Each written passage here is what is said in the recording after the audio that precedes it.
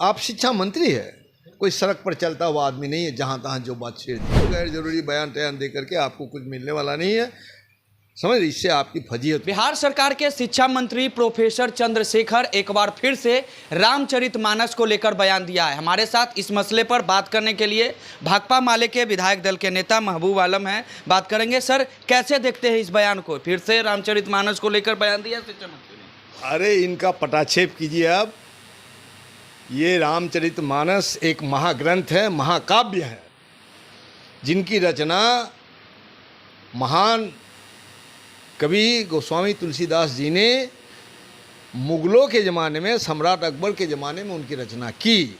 मैं व्यक्तिगत रूप से इसको एक महाकाव्य मानता हूँ। भारतीय साहित्य का एक धरोहर है ये, इसका मैं श्रद्धा करता हूँ। लेकिन इस महाकाव्य को मैं एक धार्मिक ग्रंथ के रूप में मैं नहीं देखता हूँ। तो काव्यों का जो सरोकार है उसके रूप में इसे देखना चाहिए। उसमें इतिहास का काव्यात्मक पुट भी होता है जरूर, लेकिन काव्य के माध्यम से इतिहास की व्याख्या हम नहीं कर सकते। इतिहास अलग है, काव्य अलग है। तो इसमें आम जनता का, विशाल जो जनता है, जनता की आस्था है इस ग्रंथ पर, काव्य पर, एक धार्मिक ग्रंथ के रूप में उसे देखते हैं।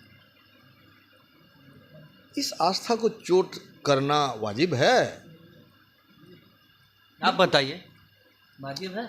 वाजिब है।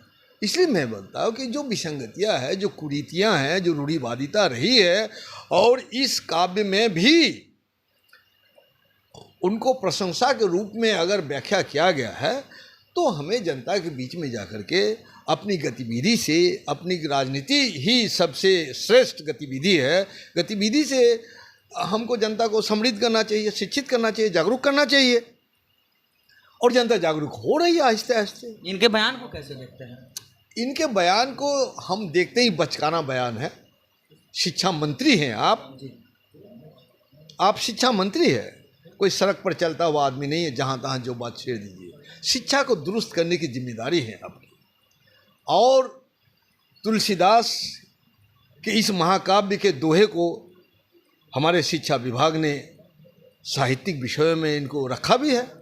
हम लोगों ने पढ़ा, मैंने रामचरितमानस पढ़ा है। आपने पढ़ा? दैविक दैविक भौतिक तापा, राम राज कबहु नहीं व्यापा, इसी तरह से पढ़ते हैं रामायण, ठीक ना?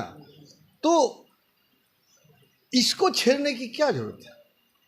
इस देश में छुआछूत की गंभीर समस्या अभी भी है, लेकिन जिस रूप में कभी थी उस रूप में अभी नहीं है।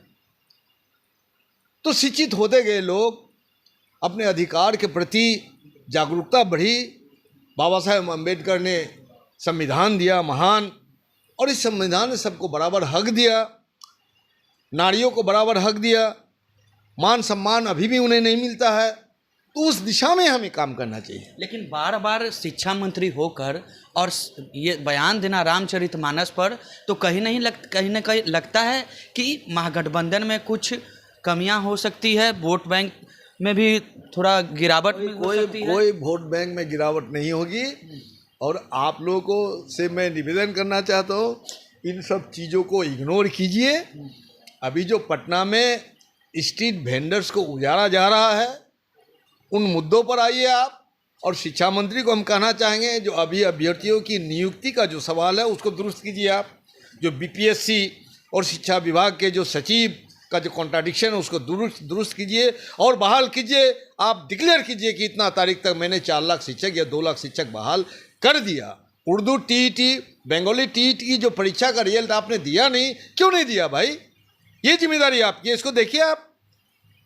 सेक्रेटरी को बोलिए क्या हुआ उसका, परीक्षा आपने ली क्यों? कोई साधारण बात है? ये तो गांव का ठग सब करता है, आप ऐसा क्यों करते हैं? आप सरकार में हैं तो आप नहीं बोलते हैं?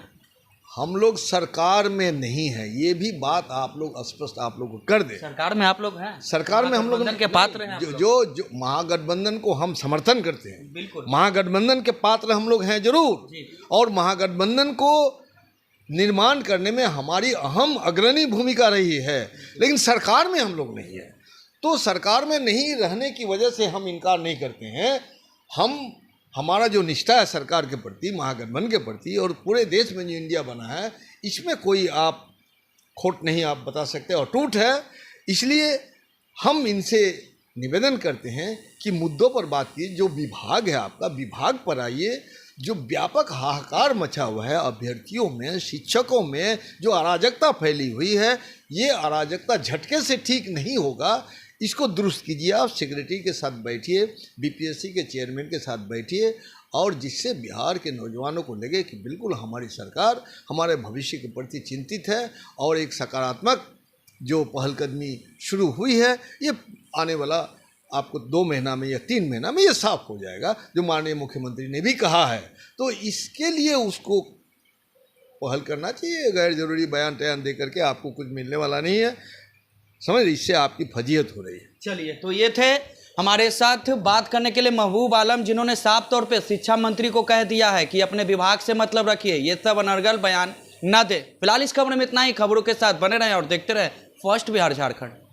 धीरे धीरे से मेरी जिंदगी में आना, धीरे धीरे से दिल को चुराना। नमस्कार, मैं अनुराधा पौडवाल 26 नवंबर को पैनोरमा स्टार सीज़न 6 के कार्यक्रम में पूर्णिया बिहार आ रही हूँ।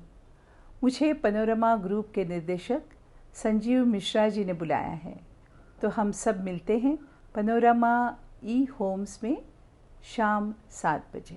नमस्कार। ये लो, मुंह मीठा करो। आज मैंने अपना जॉब छोड़ दिया, अब हम पूर्णिया वापस जाएंगे। जॉब छोड़ दिया है? मतलब ये घर कैसे चलेगा? हम करेंगे क्या? और माँ बाबूजी क्या बोलेंगे? इसलिए मैं एक और मिठाई का डब्बा लाया। अपने बिजनेस के लिए लोन अप्रूव हो गया। अरे लोन अप्रूव हो गया वो तो ठीक है, लेकिन पूर्णिया में हम रहेंगे कहाँ? अपना घर भी तो नहीं है वहाँ। इसलिए तो एक और मिठाई का डब्बा अलग से लाया हूँ। हमने पूर्णिया में घर ले लिया है, पूर्णिया के ई होम्स पैनोरमा में। पूर्णिया में पैनोरमा ग्रुप लेकर आए हैं ई होम्स पैनोरमा। बड़ा घर, आलीशान जिंदगी और अत्याधुनिक सुविधाओं के संग। अरे अरे, अब क्यों मुंह मीठा करवा रही हो? क्योंकि हम घर वापसी जो कर रहे हैं। घर वापसी की खुशी पूर्णिया में ई होम्स पैनोरमा के संग। ई homes panorama, luxurious lifestyle redefined.